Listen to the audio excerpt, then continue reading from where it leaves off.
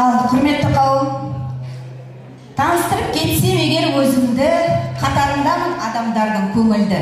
Есімімді атап өтсем құралай, төрт қараның боламын мен бір қызы. Туған жерім туып өскен мекенім, шалқарымды мен мақтаныш етемін. Талай асыл топырағында аунаған білесіз бе киелі жер екенін. Туған менен айдын көлді шалқарда, мәңгі тұрып жасылмапты ол жақта. Қыз жат жұрттық дейді емес пе қазағым, махаббат деп кетті мұсап алысқа.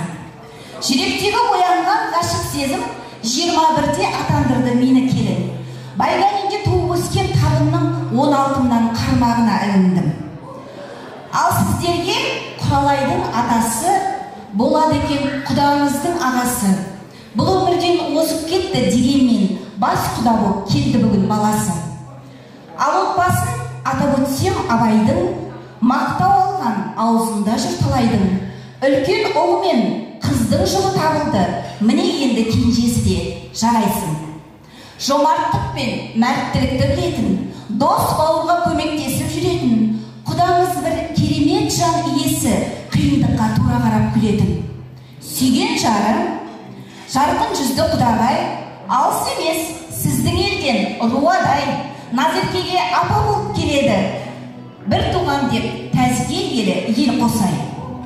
Олай болса, әке жолын қудабай, табын руы құда түсті руғадай. Көпір болған екі елге қос ғашық, махаббатқа ие болсын аққудай. Хош келдіңіз деп айттыңыз, хош көрдік, құда болып жүрейікші мың жылдық.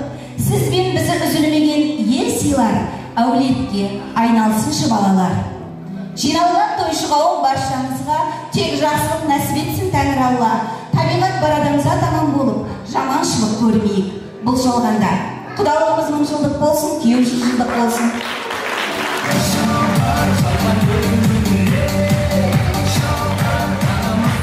Ал енді құдалық жалпы екі елді туыстық қатынасқа апаратын күшті бір қадам екен. Олай болса қадамымыз құтты болсын. Жөн жоралғы кәдеміз өз орнында тұр. Алайда ең негізгі сый кәдемізді осы жерде беруге рұқсат етіңіздер. Әрине ол кісінің еңбегін бағалау мүмкін емес. Себебі пайғамбарымыз Мұхаммед саллаллаху алейхи вассаламның өзі бір сахаба 3 мәрте сұрақ қойған уақытта бұл дүниедегі жылы сөз бен жақсы лебізге лайықты адам ана деген екен. Олай болса анамызға дайындап келген ана сүті ақысы деген сый кәдемізді тапсыруға рұқсат етіңіздер.